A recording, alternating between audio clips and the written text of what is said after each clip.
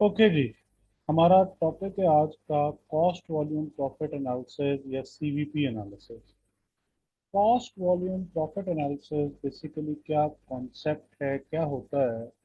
Cost volume profit analysis का जो focus है वो ये है कि हमें वो एक्टिविटी लेवल फाइंड आउट करना है जिसके ऊपर हम नो प्रॉफिट नो लॉस में चले जाएं, जिसे आप ब्रेक इवन पॉइंट कहते हैं। और दूसरा, हम इस पे वो एक्टिविटी लेवल फाइंड आउट करना चाहते हैं जहां पर हमारा टारगेटेड प्रॉफिट अचीव हो जाए। तो सीवीपी एनालिसिस का बेसिकली ऑब्जेक्टिव क्या है कि पहले एक एक्टिविटी लेवल फाइंड आउट कर लो जिस पे ब्रेक इवन पॉइंट आ जाएगा, और दूसरा वो एक्टिविटी लेवल फाइंड आउट कर लो जहां पर आपने अपना टारगेटेड प्रॉफिट अचीव किया होगा। CVP analysis looks at the effect of different level of activity. आप different level of activity पे different effects को देखते हैं on the financial results of a business by examining the relationship between sales volume and profit. अब मैंने आपसे कहा कि बेसिक ऑब्जेक्टिव क्या है कि पहले तो वो एक्टिविटी लेवल फाइंड आउट करो जहाँ पे ब्रेक इवन पॉइंट है, नो प्रॉफिट नो लॉस है।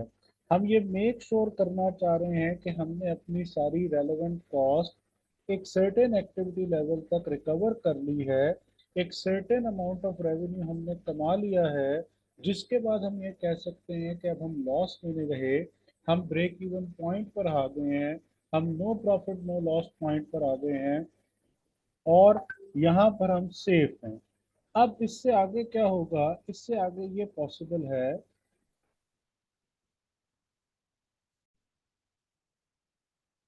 इससे आगे अब ये पॉसिबल है कि हम डिफरेंट एक्टिविटी लेवल्स लेंगे और डिफरेंट एक्टिविटी लेवल्स पर अपना प्रॉफिटेबिलिटी मेजर करते जाएंगे, और अल्टीमेटली हमें एक वो एक्टिविटी लेवल रिक्वायर है, एक वो सर्टेन सेल्स वॉल्यूम चाहिए जहां पे हमारा टारगेटेड प्रॉफिट अचीव हो जाए।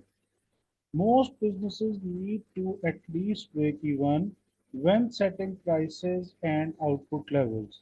बहुत सारे businesses जो हैं वो need to at least break even जो है वो maintain करना चाहते हैं जहाँ पे selling prices और output levels जो हैं वो सेम हो जाते हैं, या हम कह सकते हैं कि सेल्स रेवेन्यू और कॉस्ट जो है वो सेम हो जाती है।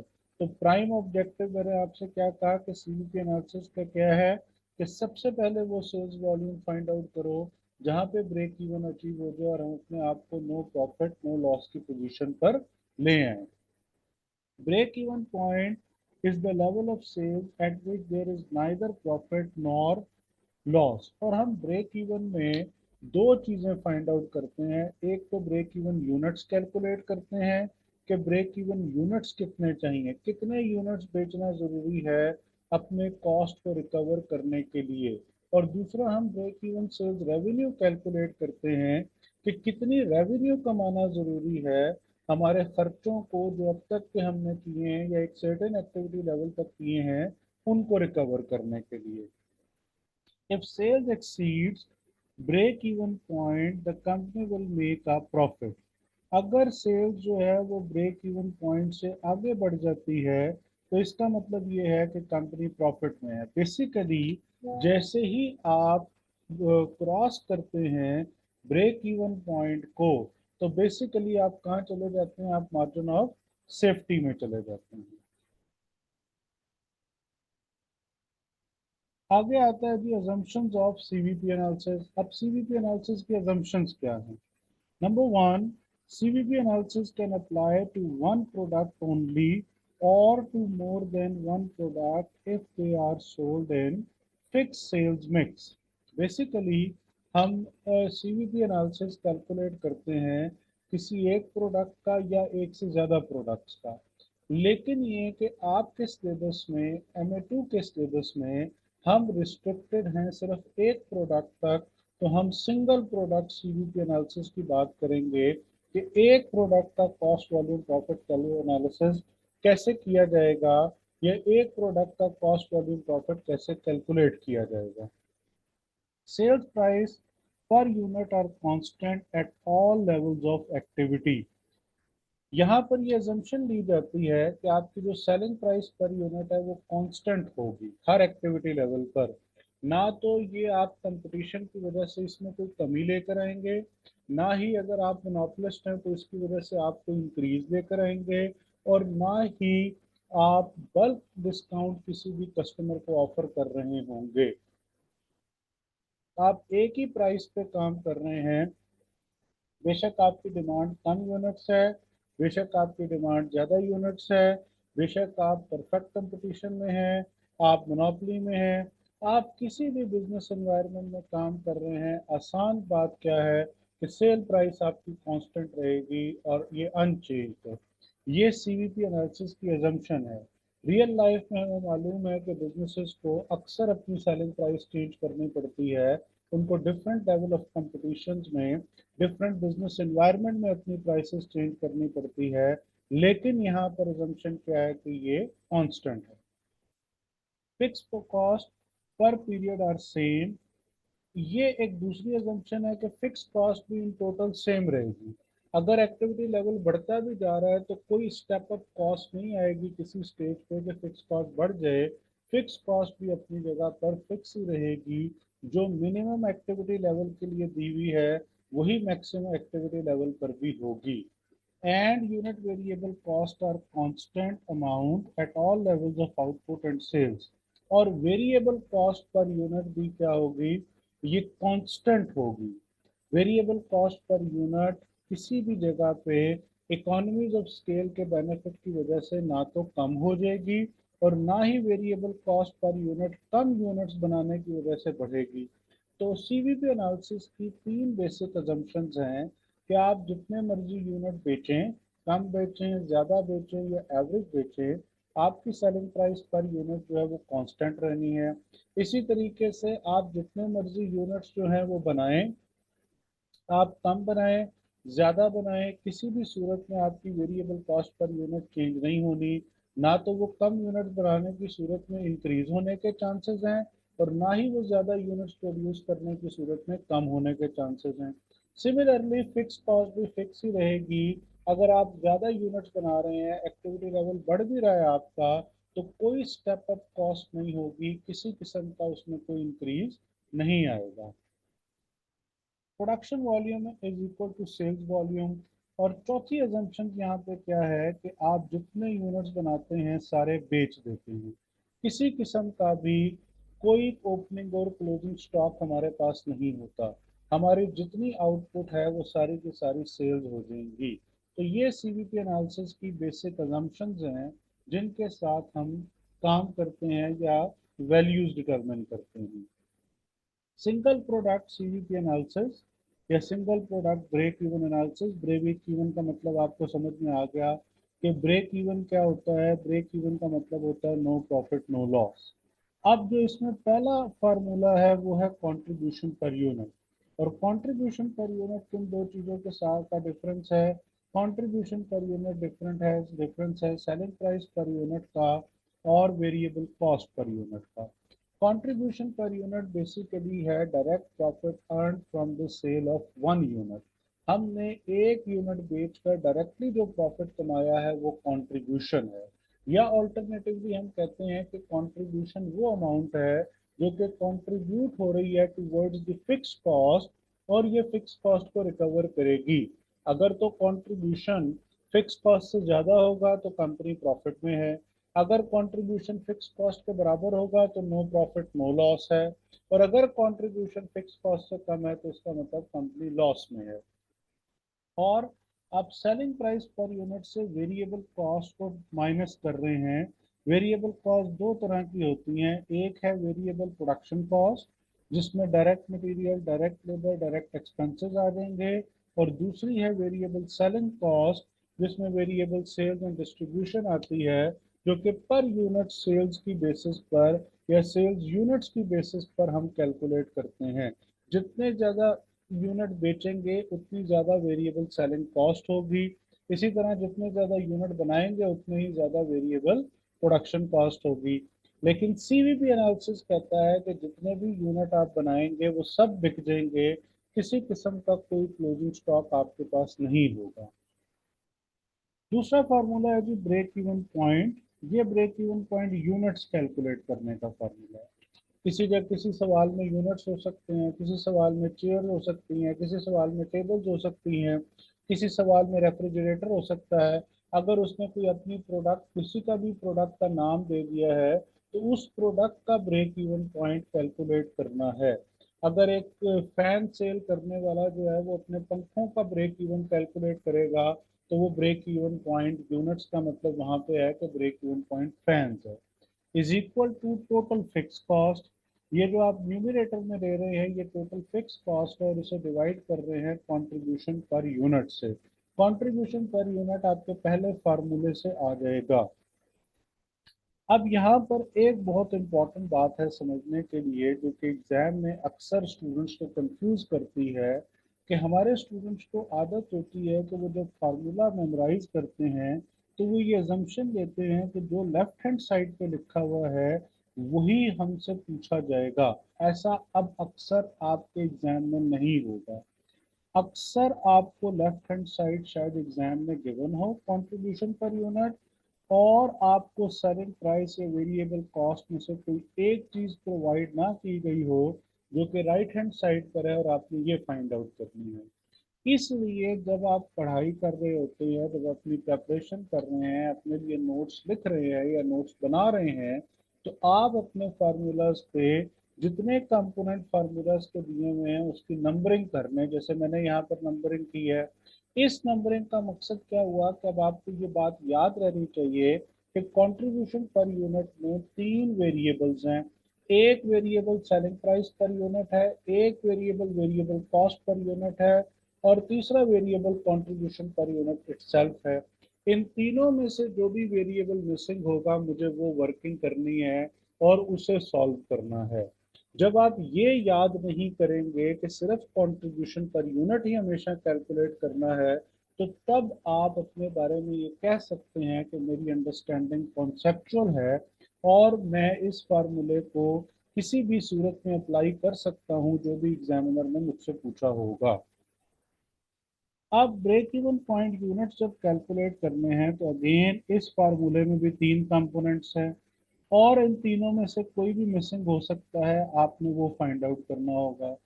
और ये भी मुमकिन है कि क्वेश्चन आपको कह दे कि break even point units calculate करें, आपको टोटल फिक्स कॉस्ट दे दे और कंट्रीब्यूशन पर यूनिट डायरेक्टली ना दे। तो आपने ये याद रखना है कि कंट्रीब्यूशन पर यूनिट कैलकुलेट करने के लिए ये फार्मूला होता है selling price per unit and variable cost per unit. तो एग्जामिनर क्या करेगा कि फिक्स कॉस्ट के साथ आपको क्वेश्चन में सेलिंग प्राइस पर यूनिट और वेरिएबल कॉस्ट पर यूनिट का डाटा प्रोवाइड कर देगा, जिसको यूज करके आपने क्या कैलकुलेट करना है, कंट्रीब्यूशन पर यूनिट कैलकुलेट करना है। अब कंट्रीब्यूशन पर यूनिट कैलकुलेट करने के बाद आप इसे फिक्स कॉस्ट से डिवाइड करेंगे तो break even point units determine हो सकते हैं। इसके बाद आता है जी ratio of contribution to sales. Contribution to sales ratio क्या होती है जी? इसको हम लोग आम तौर पे सी एस रेशो भी कहते होते हैं। सी एस रेशो का सिंपल फार्मूला तो ये है कि अगर कंट्रीब्यूशन पर यूनिट की बात हो रही हो तो कंट्रीब्यूशन पर यूनिट को आपने डिवाइड कर देना है सेलिंग प्राइस पर यूनिट से। और अगर सपोज करें कि कंट्रीब्यूशन पर यूनिट की जगह बात हो रही हो टोटल कंट्रीब्यूशन की, तो फिर आपने इसको डिवाइड कर देना है टोटल रेवेन्यू से। टोटल कंट्रीब्यूशन है तो डिवाइडेड बाय टोटल रेवेन्यू, और ये मल्टीप्लाई किससे हो जाएगा, मल्टीप्लाई 100 से होगा। अब मैंने और लिखा है, अगर तो पर यूनिट का डाटा अवेलेबल है तो न्यूमरेटर में और डिनोमिनेटर में दोनों में पर यूनिट अप्लाई करें। अगर टोटल डाटा गिवन है तो फिर दोनों जगह पे टोटल लिखें और मल्टीप्लाई बाय 100 कर दें तो सी एस रेशो आ जाएगी। सी एस रेशो है परसेंटेज टर्म्स में। एक चीज जो इसमें और याद रखने वाली बात है वो ये है कि हम सेलिंग प्राइस को हमेशा ट्रीट करते हैं यहाँ पर 100%। जितनी भी अमाउंट दी हुई हो, $5 है, $10 है, $20 है, $5000 है, $1 मिलियन है, वट एवर जो भी है, मैं उसे परसेंटेज में 100% ट्रीट करूंगा। और इस 100% को हम डिवाइड करेंगे दो हिस्सों में। एक को हम कहेंगे कि वेरिएबल कॉस्ट परसेंटेज है और दूसरे को हम कहेंगे कि contribution to sales ratio percentage है। ये मुमकिन है कि आपका एग्जामिनर जो है वो आपको क्वेश्चन में प्रोवाइड कर दे कि सेलिंग प्राइस $50 है और वो कहे कि सी एस रेशो जो है वो 40% है। अब आपने कैलकुलेट करना है कि कंट्रीब्यूशन पर यूनिट क्या होगा। जैसे अभी मैंने आपसे पहले कहा था कि हर फार्मूले के कंपोनेंट्स का पता होना या मालूम होना जरूरी है। अब पूछ लिया गया है आपसे कि भाई बताओ कंट्रीब्यूशन पर यूनिट क्या होगा। तो C S ratio left hand side पर आ गई 0.4 is equal to what, contribution per unit find out करना है जो हो गया x divided by selling price per unit, ये है 50। तो अब आप कंट्रीब्यूशन पर यूनिट एक्स जो है वो कैलकुलेट कर सकते हैं। 50 इंटू 0.4, $20 आपके पास आंसर आ जाएगा। तो आपको ये पता चल गया कि अगर इस 100% में से 40% कॉन्ट्रीब्यूशन टू सेल्स रेशियो है जो कि $20 है, तो इसका मतलब बाकी 60% मेरी वेरिएबल कॉस्ट है जो कितनी होगी, वो $30 होगी। तो ये आपने डिवीजन ऑफ सेलिंग प्राइस याद रखनी है, दो हिस्सों में होती है। और अक्सर एग्जामिनर डाटा इसी तरह से दे देगा कि आपको कहेगा वेरिएबल कॉस्ट जो है वो $40 है और आगे कह देगा कंट्रीब्यूशन टू सेल्स रेशियो जो है वो 30% है। अब आपको इस बात को याद रखना है कि सेलिंग प्राइस 100% के बराबर है। अगर कंट्रीब्यूशन टू सेल्स रेशियो 30% है तो इसका मतलब वेरिएबल कॉस्ट जो है वो 70% है। तो जो भी क्वेश्चन में मुझे वेरिएबल कॉस्ट की अमाउंट दी गई है ये 70% को रिप्रेजेंट कर रही है और इसको मैंने यूज करके ग्रॉस अप करके अपनी सेलिंग प्राइस फाइंड आउट करनी है। अब ये ग्रॉस अप का क्या मतलब है, सपोज करें कि मैं ये कहता हूँ कि वेरिएबल कॉस्ट $60 है और ये रिप्रेजेंट कर रही है 70% को, क्योंकि कंट्रीब्यूशन 30% है। तो ग्रॉस अप करने का मतलब ये है कि मैंने मल्टीप्लाई बाय 100 करना है और डिवाइडेड बाय 70 करना है। और ये 70 किसे रिप्रेजेंट कर रहा है, ये इस वेरिएबल कॉस्ट को रिप्रेजेंट कर रहा है जिसको बेस बना के मैं सेलिंग प्राइस 100% पे जाना चाहता हूँ और ये फाइंड आउट करना चाहता हूँ कि मेरी सेल प्राइस क्या होगी।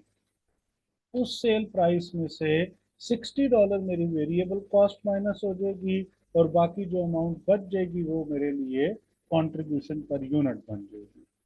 The ratio of the contribution to sales is an alternative way of finding break-even point.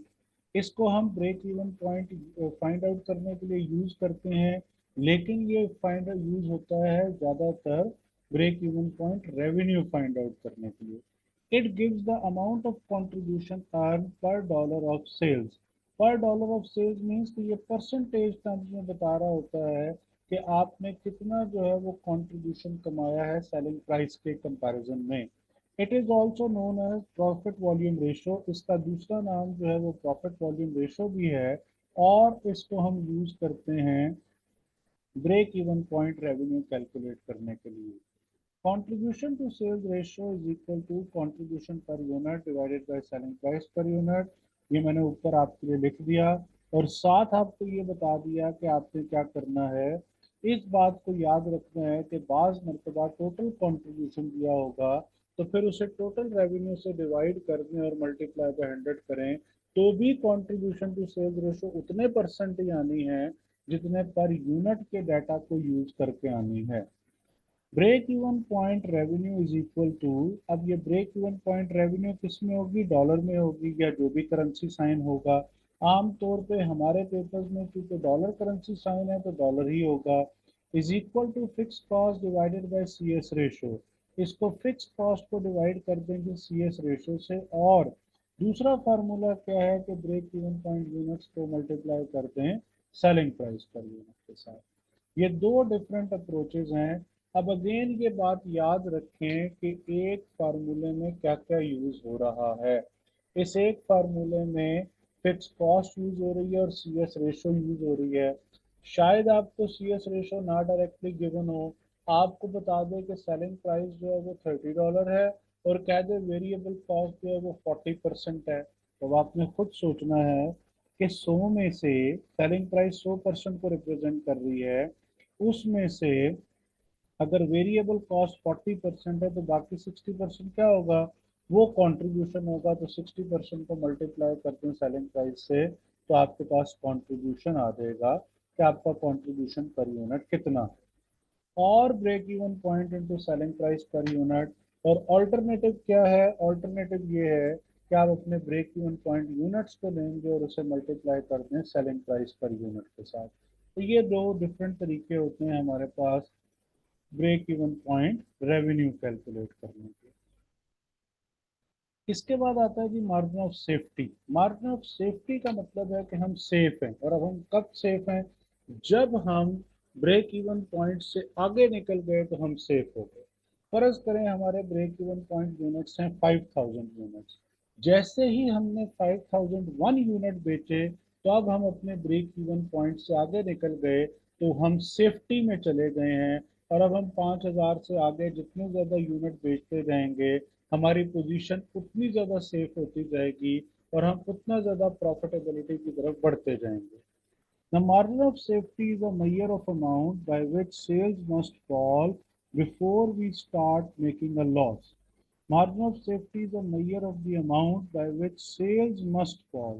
Margin of safety एक अमाउंट का मैयर है जिसमें से सेल्स फॉल करती है before we start making a loss.